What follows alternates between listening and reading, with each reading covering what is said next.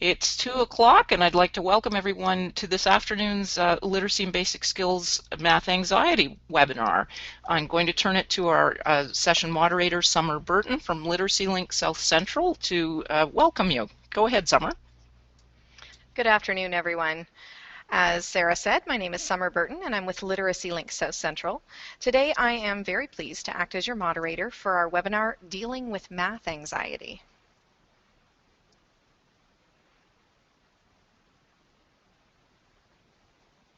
This webinar is one in our current math-focused LBS Online Community of Practice series, which was developed collaboratively by members of Ontario's LBS regional networks, sectors, and the provincial support organizations for literacy. The goal of these webinars is to provide free, relevant professional development opportunities for LBS practitioners on topics that are important to them. There have been 5 webinars delivered per year since we began this initiative in 2015-2016, and you can find recordings of each of them, along with transcripts and associated resources, using the link you can see on your screen. The Online Community of Practice team is always interested in hearing about topics that are timely and relevant to you, so if you have webinar topic ideas, please send them in. There's an email address on your screen. In today's webinar, we'll be learning more about math anxiety, and I'm thrilled to be introducing our presenter, Arlene Cronin.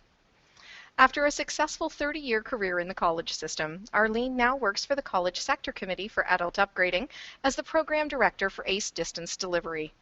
ACE Distance helps adults meet the admission requirements for post-secondary and apprenticeship programming throughout Ontario's college system. Arlene has had a long-term commitment to adult upgrading and literacy and has been a reading teacher, literacy instructor, program manager, and has served on boards at both the community and provincial level. Arlene, thank you so much for joining us today. I'm going to pass the floor over to you. Thank you, Summer. As you'll see from the cartoon on this screen, this is the really important question that adults need to know about and could cause us some significant math anxiety, because wine is always better. So if some of you are having some, good for you. Thank you, Sarah. If you signed up for this webinar, you probably work with students who struggle with math anxiety. It affects people of all ages, and you may actually struggle with it yourself. That wouldn't be unusual. It's a huge percentage of the population who struggles with math anxiety. Even people with good math skills sometimes experience math anxiety. And so I'm here today to offer some advice and guidance on how to help your students move through their math struggles and find success at the end of the rainbow. We want to help students to overcome their math fear so they can take advantage of the many opportunities available to people who have a solid background in math. That's the real ultimate purpose.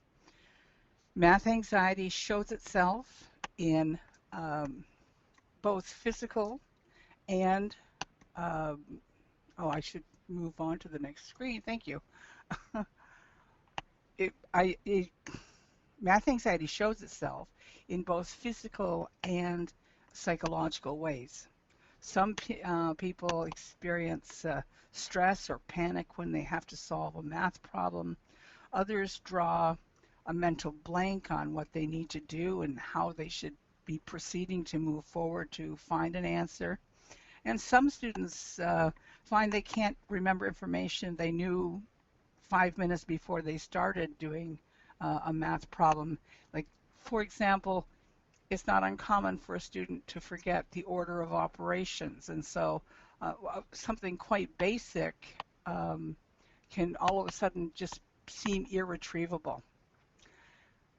The bottom line is math anxiety is always a negative emotional reaction to math, and it shows up as a feeling of tension and anxiety, which interferes with solving math problems or manipulating numbers in some way or other. Sometimes that's in ordinary life, and sometimes it's in a test situation in academic situations. Students can actually feel shortness of breath, sweating, nausea. Um, it's truly amazing this range of symptoms that people experience when math anxiety sort of besets them. Unfortunately, or I'm not sure it's fortunately or unfortunately, but until recently, most people could find jobs that didn't require any sort of math beyond sort of basic arithmetic. But in the technologically driven 21st century, higher level math skills are becoming increasingly important.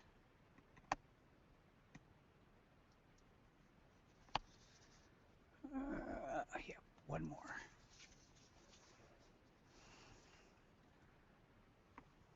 This is a short slide, but actually there's quite a lot to it.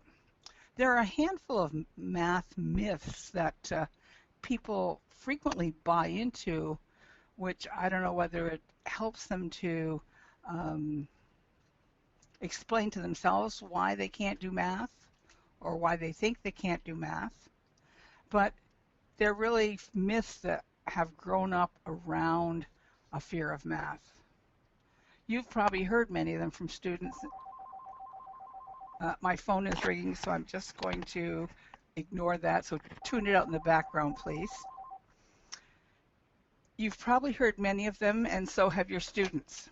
It's important to address them since accepting or believing math myths contributes to a student's insecurities and the belief that they're never going to be good at math. One of the most common is some people are born good at math. Not true. There is no math gene. Um, and while some people find that math comes more easily to them, uh, others find that math is just a skill that can be achieved with practice. Learning how to do math takes good teaching as well as students who are willing to work at math. So it's a two-way street, that students have to have good teaching to help them to understand the math process. But in fact, they also have to be able to take up their end of the deal and to practice at it. Learning math takes time and practice. Like learning to drive a car or play the piano, math is a skill that can be learned. It doesn't depend on some innate talent that, all of a sudden at 6 you're going to be able to do math, or at 12, or at 18, or in university. Many people struggle with math throughout their lives. Unfortunately, there are also some people who believe that only brainiacs, folks like Einstein, understand math, and that math is too hard for the average person. Math is a process based upon some fundamental skills. Average people are quite capable of doing math. It's also quite common to hear people say that women aren't as good as math as men. And unfortunately, it's often women themselves who voice this opinion. It's a sexist stereotype and often stems from the different ways we treat young boys and girls and the toys and games we encourage them to play with. There have been many outstanding female mathematicians. Many of you hopefully saw the film Hidden Figures last year about the women calculators who actually were the ones who managed to help get the first, people up in space and on the moon. And there have been brilliant women scientists and mathematicians throughout the century. Actually, Einstein pointed out a female mathematician who he said was probably the most original, creative mathematical mind since they started teaching women math, which is quite a compliment, I would think. If you wanted to give it to me, I'd take it. But that's not going to happen.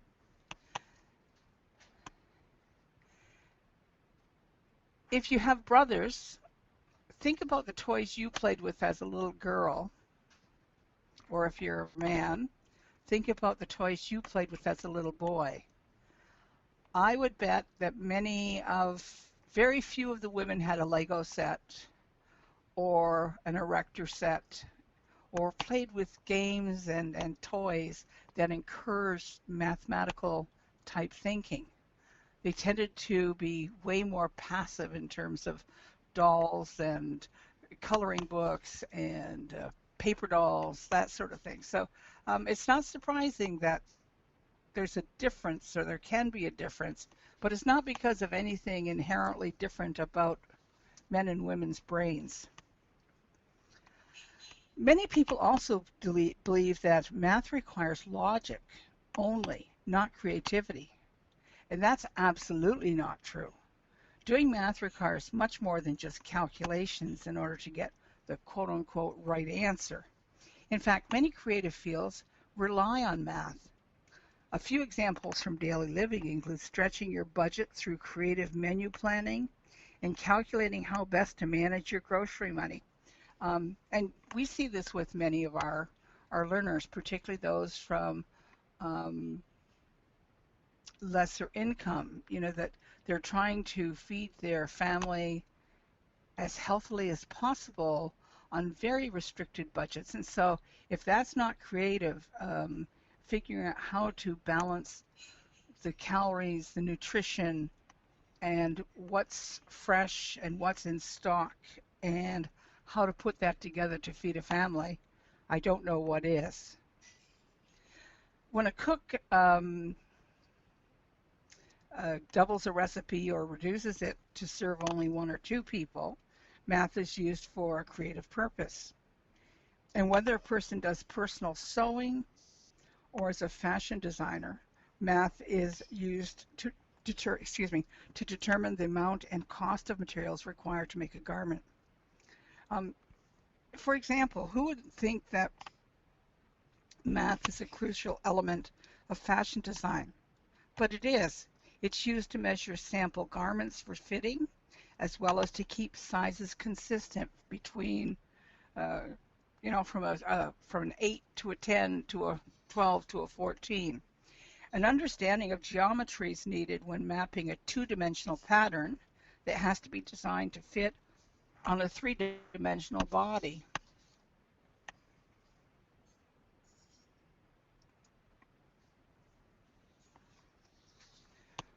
So when you have students, how do you help your students to deal with their math anxiety?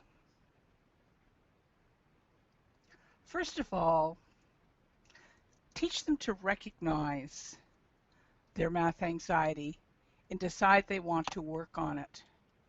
I mean, making a commitment to dealing with math anxiety is the first step in overcoming it.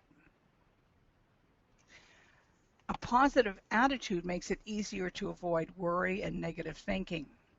With a positive attitude, students can learn to see the bright side of life, become optimistic about the future, and expect the best. It's a state of mind that is certainly well worth developing and encouraging. So, when taking math class, it's important to help students to take advantage of the faculty they have at their fingertips. They need to ask questions. They need to ask for clear illustrations, as well as demonstrations.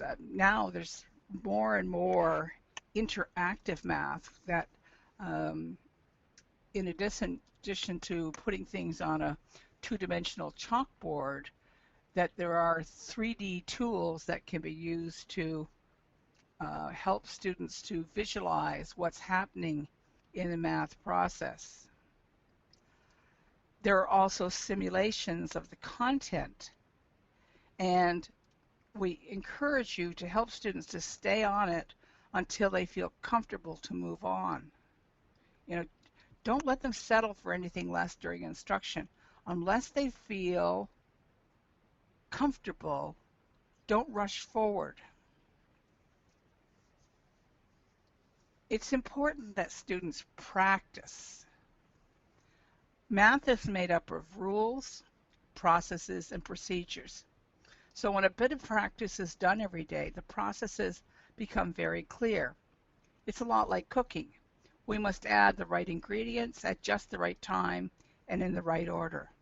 Then we can create something delicious, and it tends to get better with a bit of practice. To make sure a student really understands the procedures and feels comfortable solving certain math problems, they need to practice doing them. And once they believe they understand the concept, they need to do another problem, and then do another one, and then finally do one more for good measure. Helping students to start to deal with their math anxiety by recognizing that it's an emotional response and that there are many things they can do to help themselves to be more successful at math is a very important foundational step to moving beyond math anxiety. Actually, if possible, arrange for students to work with a tutor. Um, having students work with a tutor or other students who understand the course content when a student is struggling or when complete understanding escapes them can be very, very helpful. And in fact, there are many online programs that have tutors available to provide support.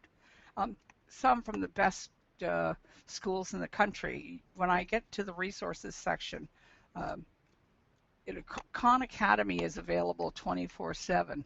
Harvard has a student tutoring center to help people with math concepts. It's just amazing the resources that are available if we only take the time to look for them and sort of add them to our arsenal. It's like having extra teachers in your classroom.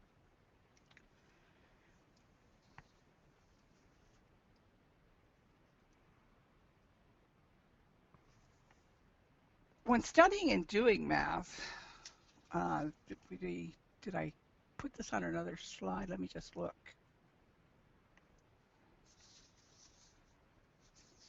Oh no, I'm coming to it, sorry. When studying and doing, one back. When studying and doing math, there are 3 steps a student can follow to help him or herself. First, there's that developing a positive attitude toward math, because lack of self-confidence creates a negative environment and can be a really major barrier to success in math. It's important for the student to affirm on a daily basis, I can do this. It will not get the better of me. The more students tell themselves that they can do this, the more they will start to believe the truth. And it is true. They can succeed. Secondly, students need to do math on a regular basis. They need to take good notes when learning, so good study techniques helps, and that's something you can do if your school doesn't teach study techniques directly. You can provide students with information about how to take good notes and how to have good study habits. They need to take good notes when learning a new skill, but they also need to make time to do practice exercises. Help students try to understand the reason behind the rules in math so they will be able to apply them to many different problems. Encourage students, if you can, to think of where math fits into their daily life and their work life. The more math fits, the more they will see the importance of doing math. Understanding math, not just doing math, should be the goal, so that they can apply what they understand in different problem environments. And in addition to applying the 3 basic steps, There are other skills that you may find helpful in assisting students. Learning stress management and relaxation techniques is a good place to start. Anything that a student can do to help calm anxiety will help them to be more effective in doing math. There are many, many free websites and videos available online that can help you to assist students to learn the basics. If you're not an expert yourself, you probably can benefit from it too. The famous Mayo Clinic in Rochester, Minnesota has an excellent article that may be helpful. You can Google it at Mayo Clinic Relaxation Techniques. And there are also some excellent videos available on YouTube that will guide students through relaxation techniques to deal with anxiety and stress management. You should encourage students to find a quiet, relaxed environment to do math. Sitting at a kitchen table with a toddler running around banging on a pot or a pan is not conducive to good math practice. And lastly, teach learners to visualize. Visualization is another approach for students to consider adopting to help deal with math anxiety. Students have probably seen top athletes use this technique before attempting to perform difficult routines or tasks. Think gymnastics or ice skating or track and field events at the Olympics. If students have played sports before, they may have already used this kind of technique in a different context.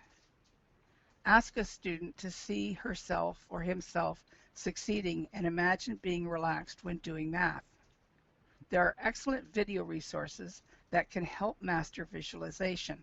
Just look up visualization techniques on YouTube for guidance. As I said, the web has amazing resources.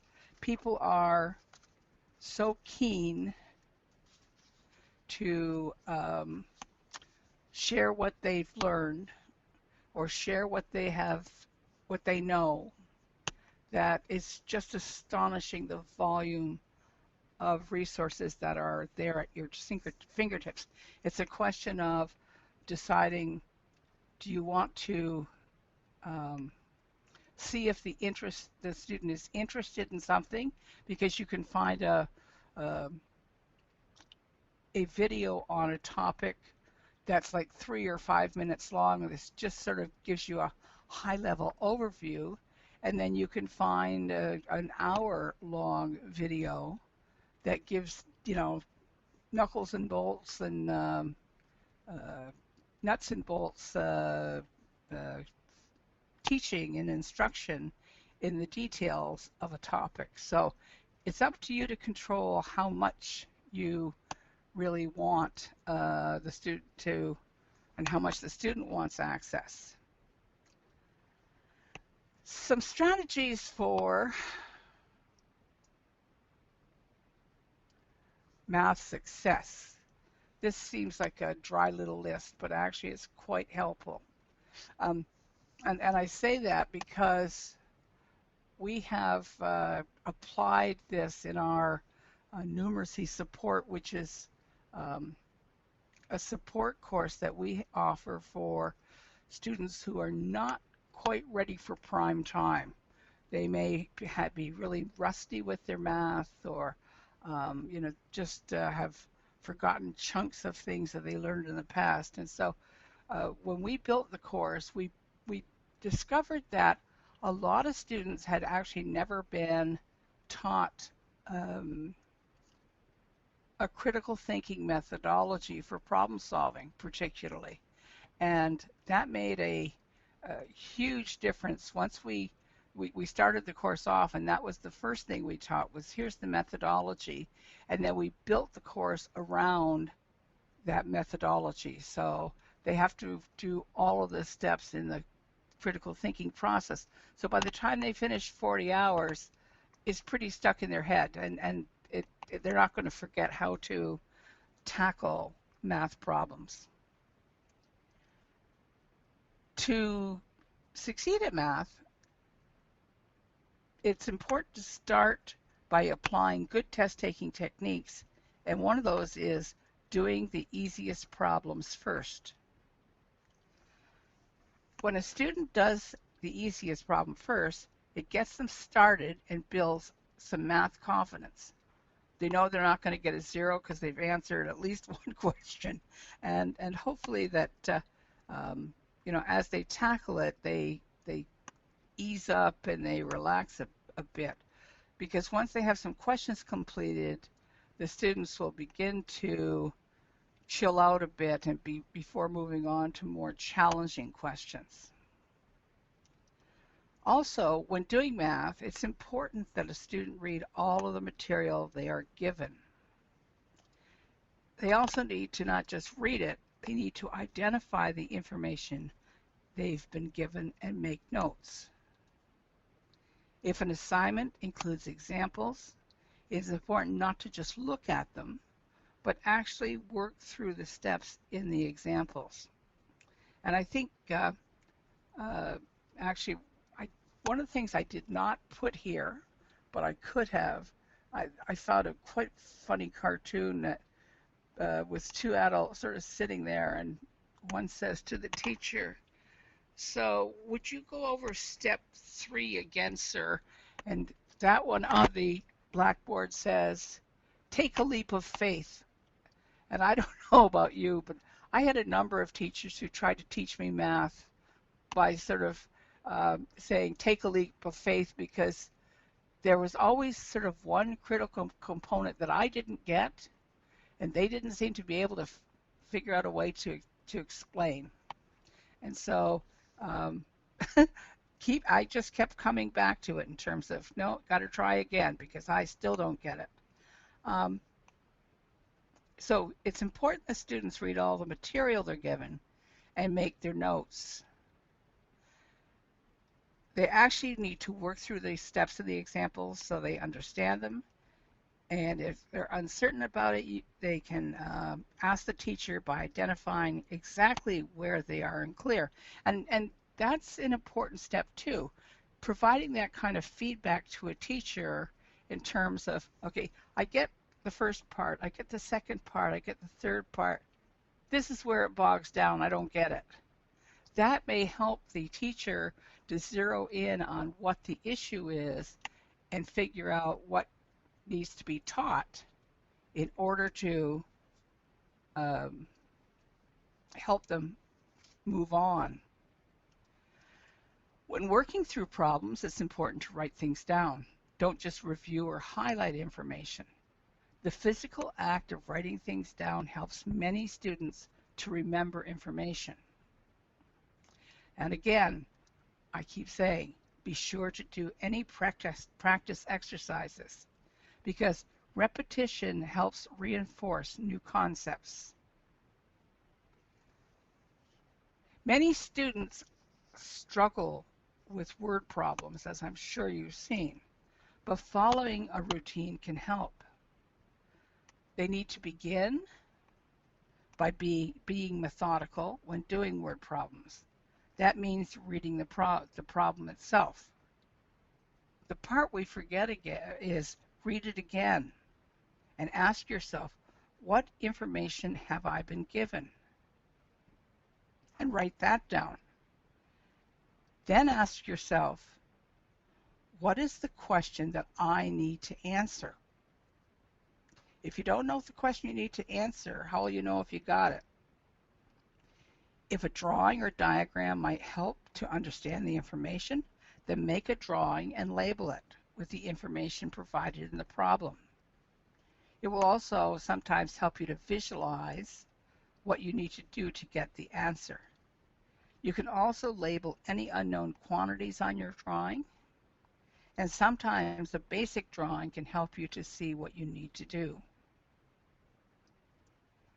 Next, create an equation. That will resolve the question you're trying to answer. Pay attention to scale and dimension identified in the problem. For example, when solving for area, the answer should be in square meters, not just in meters. And as we've seen, many students struggle when you ask them to label the answers in equations. And finally, once you have solved your problem, take a minute to think through your work and check that your answer makes sense. It's, a bit of mental math can help to identify whether this is a reasonable answer or not. Are there any questions at this point? Everybody a math ace now? We haven't had any questions come in yet, Arlene, but this is a great opportunity for us to remind everybody that there is the chat field. Please do feel free to pop your questions in there anytime, and we'll be happy to address them at the end. No problem. We're getting close to it. I'd be interested to know what kinds of math anxiety issues are you seeing dealing with your students?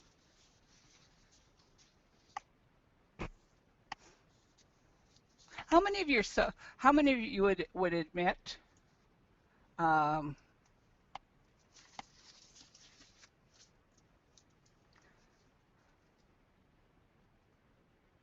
just sent a note. Yeah. How many of you would admit to suffering from math anxiety at some point in your career? Little green arrows. Me too.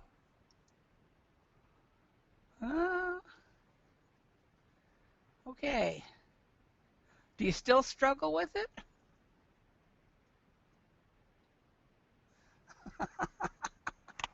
Okay.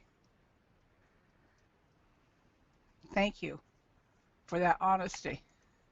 I always thought I was a math stupid all my life. That's because, and then I realized as I got older and I was taught by some very good math teachers that I had been victimized by bad math teaching, that I was prepared to do my end, but man,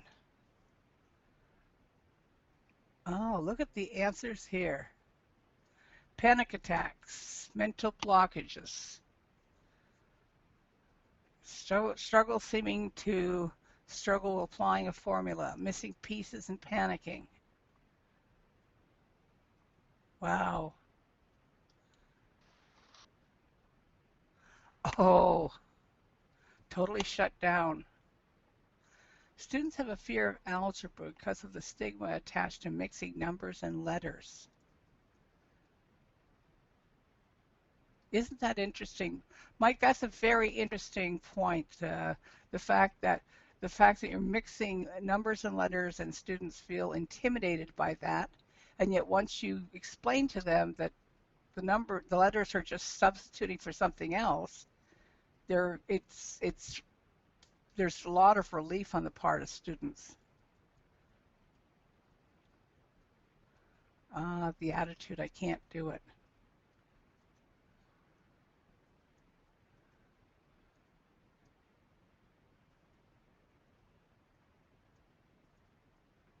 Interesting. Interesting. Yeah,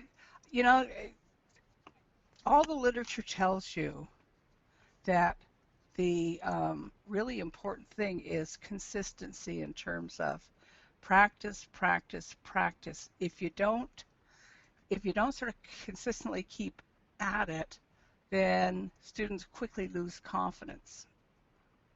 There's another interesting piece of literature that came out, maybe 5 or 6 years ago, that shows there's a very significant link between a female teacher's lack of confidence in doing math and the results of his or her students. Um, Sam says, "Where will I ever use this in real life?" And that's a really, really good question, because I think sometimes that's the first question we need to ask student to do some work. We're so often busy at busy immediately working on practice sets and that sort of stuff. It may be worthwhile to ask them about career goals and to get them to do some exploration in terms of what are the math applications in what you want to do. They say, "Oh, I'm going to be a paramedic." They think they're going to be patching up and stopping blood all the time. That's what that's what they're going to do. They don't understand that they're going to be mixing solutions, and they're going to be using ratios, and there are all kinds of math applications in a paramedic's life, or in a home economist's life. It's that helping students to research that sort of thing may be a good starting spot and sort of putting together something visual that they can carry around with them to remind themselves why math matters. It can be a creative, not too stressful way to get started. And then once they know what they're going to use math for in their choice of career, it may act as an incentive to keep going. Okay, Susan. Susan says, "Just went to a steel fabricating plant we are partnering with for math upgrading. Was astounded at the level and breadth of math skills required of workers in even lower level positions." And those are classic examples. The same thing with the trades. There used to be a time when people say, "I don't need to do this because I don't have to do math in automotive mechanics." But that's no longer the case. The work that is done in technical fields now, even at the lowest levels, are very, very sophisticated, and as a result, we it's amazing trying to keep up and to encouraging students to understand that and keep up also. Lori has a question. I'd love to answer your question, Lori, if I have an answer. Why don't you poke your microphone if you have one? If not, oh, picked the wrong icon. At least it wasn't a mathematical figure. Anyone else? Alicia or Elisa, want to punch your microphone button and speak to us, or do you want to type in?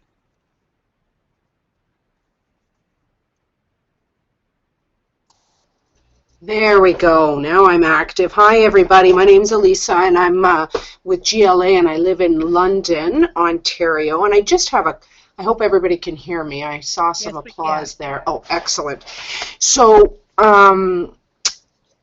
with my math students, when I have someone taking one of the math courses, and I get the reactions that all of you get, I'm sure, is the students will have decided before they even start the course that they are going to have a problem with it, even before they see the coursework that will need to get done. And so I get those kind of emails, oh, this is going to be a problem, or I'm already having a problem, and that sort of thing. So, and I think Mohammed mentioned this too, is emphasizing real life connections. And that's exactly what I try and do, is I tell them, you don't think about it as math.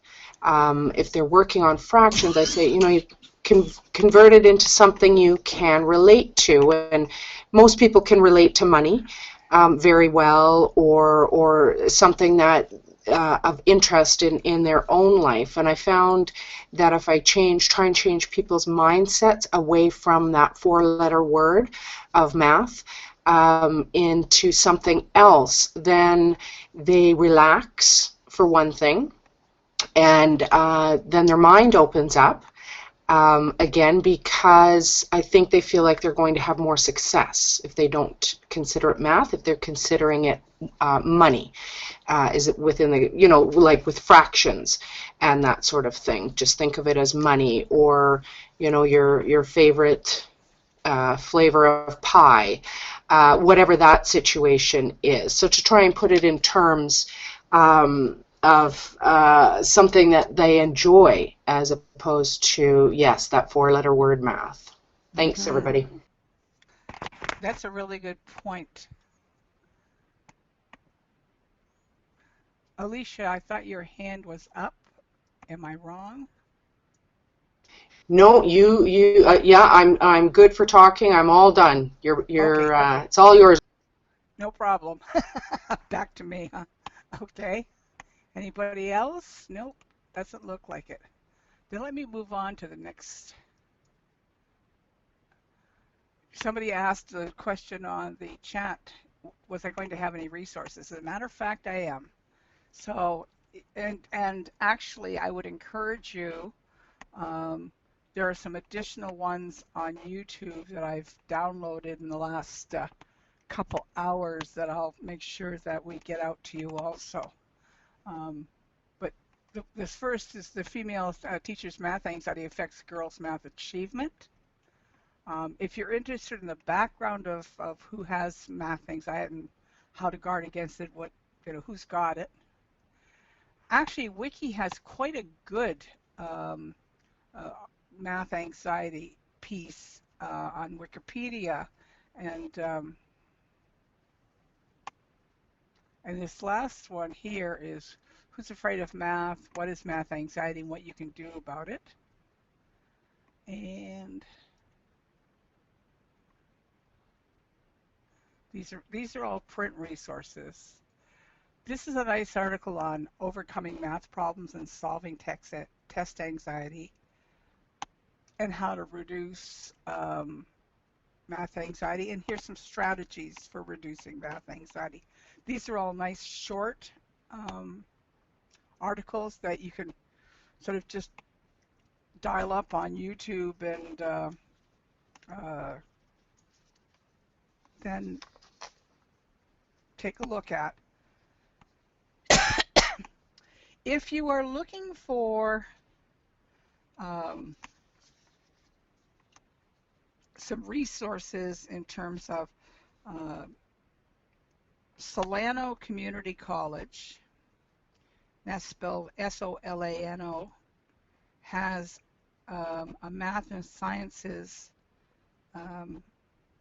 resource. Just look up Math and Sciences Solano Community College, and they will they have connections to not only Khan Academy, but several other places like Khan Academy that provide hundreds and hundreds of tutorials for learners to access, like a teacher in your pocket. The other thing is, there are some really good YouTube sources. There's one called Conquering Math Anxiety, The Power of Yay Math, and that's a TED Talk. So I don't know if some of you are fans of TED Talks. I always am. It's amazing what you learn. And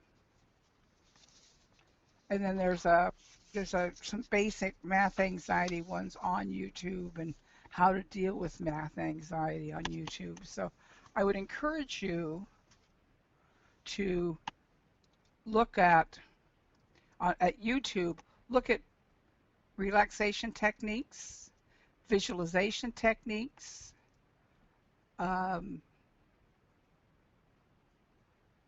There was one more. What did I miss?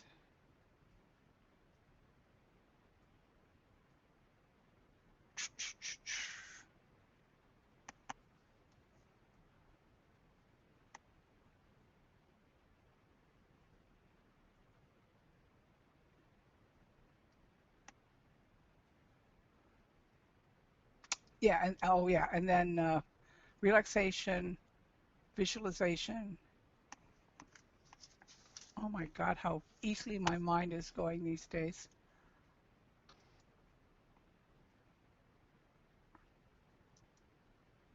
Oh, let's go back to stress management techniques. That was the other one. So I would encourage you to take a look at those on YouTube, particularly.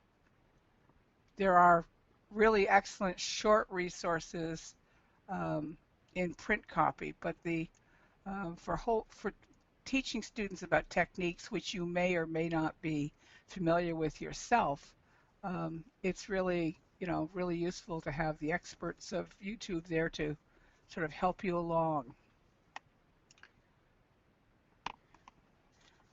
Now, I guess I've pretty much come to the end of my session, so let me just tell you that one of my teachers, Clena Garrity, says that math makes all things happen. And I think that's a pretty positive attitude that encourages students to think optimistically about math. I would also encourage you to direct, oh yes, for those of you who are math or are not math people like me, the math grammar, Mr. Acute, Mr. Obtuse, and Mr. Right for the angles. That works. And if you have questions, if you have comments, if you have ideas, please feel free to contact me. Here's my contact information. My email is at cscau.com. My phone number here at home. And then our ACE Distance Delivery website if you're interested in our ACE Distance program. As I'm sure most of you know, we deliver the upper ends of math, but if you have students who are needing grade 11, grade 12 math in order to get into college, and they all do eventually, there's lots and lots of information on the website, particularly under what you need to know. That tab has tons of information about high school equivalencies and so on and so forth.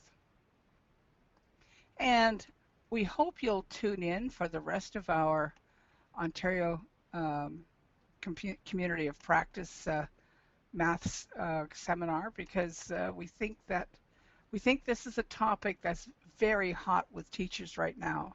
So if you have friends and colleagues who might benefit, our next one coming up is making math fun.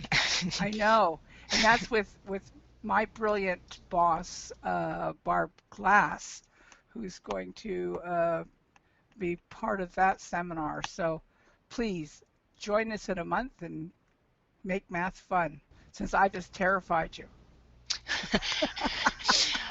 I think we're brave enough to take in a little bit more on this topic first, though. I know Summer's posed a question. I don't know if you've had a chance to see it, Arlene. No, I didn't. Go back, go down. Would you like me to just read it out loud? Why don't you do that? Yeah. Okay. Perfect. Make it a little bit easier.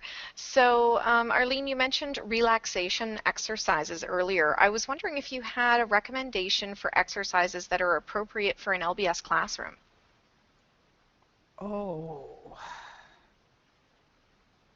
Yeah, the ones out of the Mayo Clinic are really excellent. So nobody has to take off their clothes or anything like that. Probably for the best. Yeah, exactly. for all concerned, particularly if it's going to be the day that you're going to have a program audit. All But right. yeah, that would be probably the one I would recommend. But there are Perfect. lots of good ones out there. Great. And I actually had a second question, if you don't mind, and this I one don't mind is at all. both for yourself and for everyone who's joined us today.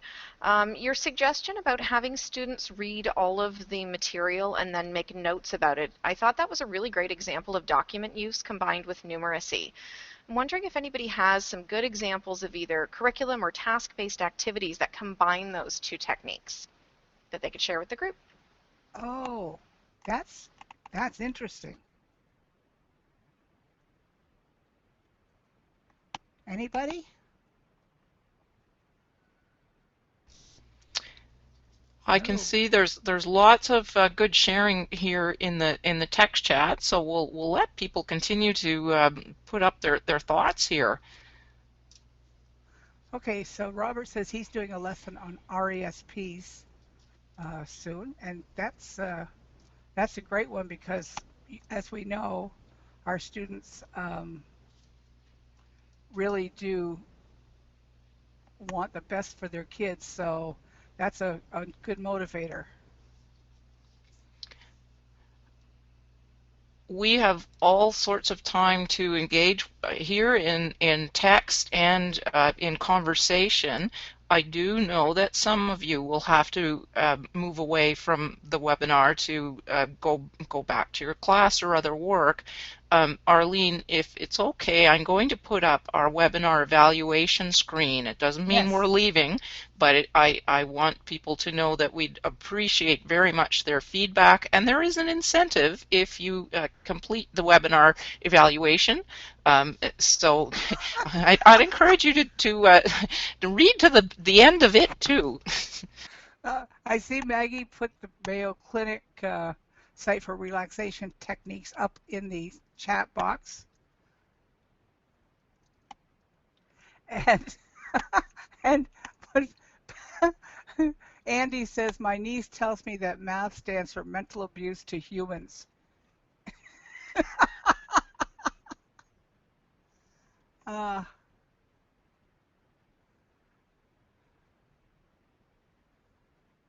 yeah, so please take the time to fill out the webinar uh, evaluation. We appreciate it and we do use them. I'm just going to answer Helen. The resources are going to be distributed later today or this evening.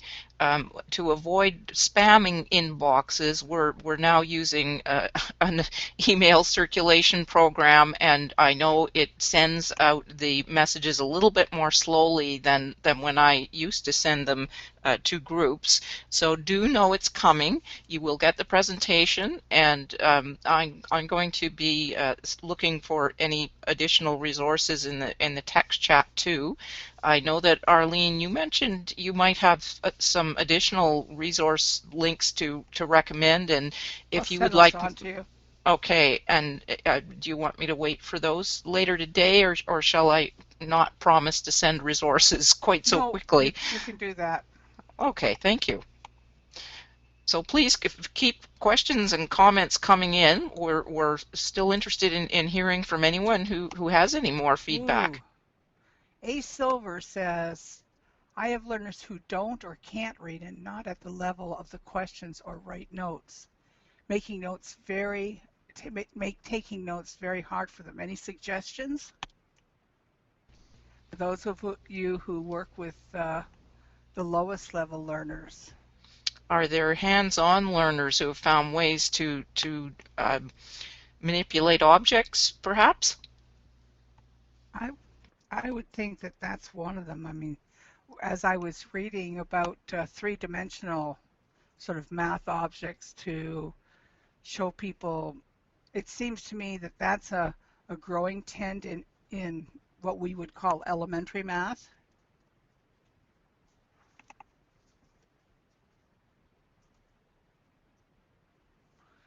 How you instruct critical thinking methodology. I know there are. I don't have them on the don't have them right on hand, but I know there are. Manipulatives, that's the correct word for the interactive objects.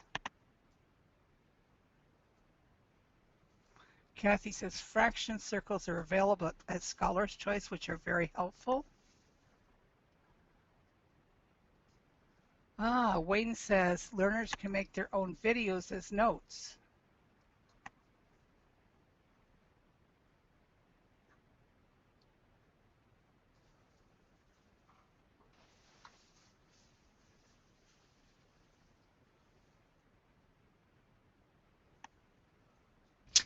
And the use of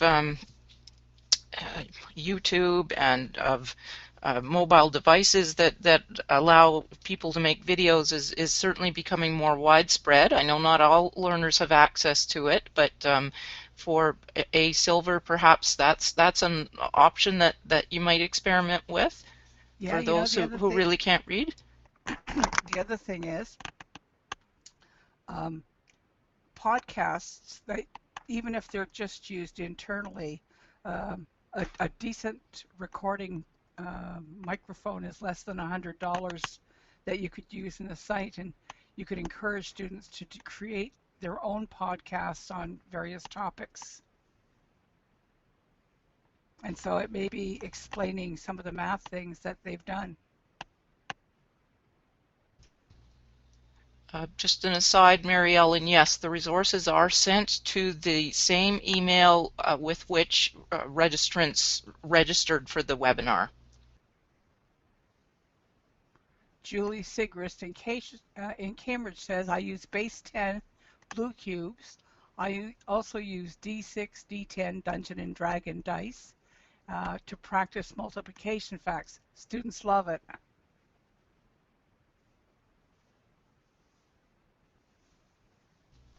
And I'm going to say to TM's question, the PowerPoint presentation will be circulated to you via email, and it will be posted on the echannel.ca practitioners online community of practice page with all of the other webinars that are there and their resources, and I will provide the link to the page with all of these in the message that you receive later today or this evening.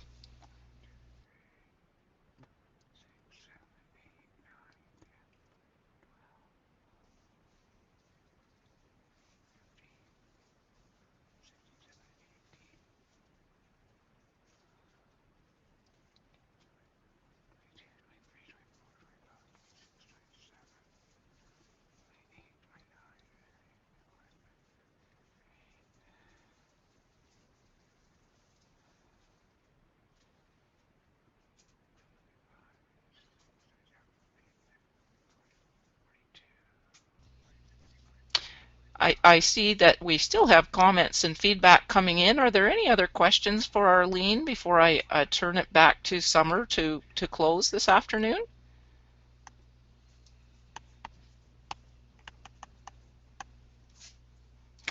Not seeing any. Well, we're going to continue to watch text chat, but Summer, I'm going to ask you if you would like to close the formal part of the presentation. Absolutely. So first, I would like to say thank you so much to Arlene for today's incredibly informative presentation about math anxiety. I think so much good stuff came out, not only in resources that people will be able to take away with them today, but also the great stuff that was shared in the chat session. So we really appreciate you bringing your knowledge to the table. It was amazing. Now, for our listeners, as a reminder that Arlene said earlier, this is one of a series of webinars, and the next one, that's called Making Math Fun, is scheduled for November 22nd from 2 to 3:30 p.m. Registrations have already been pouring in, so please do make sure that you register soon if you'd like to attend. And something that is new, and Sarah, I think you mentioned this earlier, is that we have a certificate of recognition. If you take all 5 webinars, you can earn that certificate for your professional development portfolio, which is excellent. So again, to you all, thank you very much for joining us. We would appreciate it if you haven't already to please take a couple minutes of your time to complete that evaluation, because your feedback is so important to us. And we look forward to seeing you at our next webinar. Awesome. Thank you so much, Summer. And I would like to thank Summer for being with us today to help moderate this event. It's wonderful to have a team to watch for the questions and comments and make sure nobody's overlooked. And as promised, you will be getting a message with follow-ups from us. And again, if you have any comments, we hope that you will make them by email to us, and you will have our contact information as well. Arlene and Summer, thank you both. We couldn't do this without you, and I know everyone's benefited from your input today.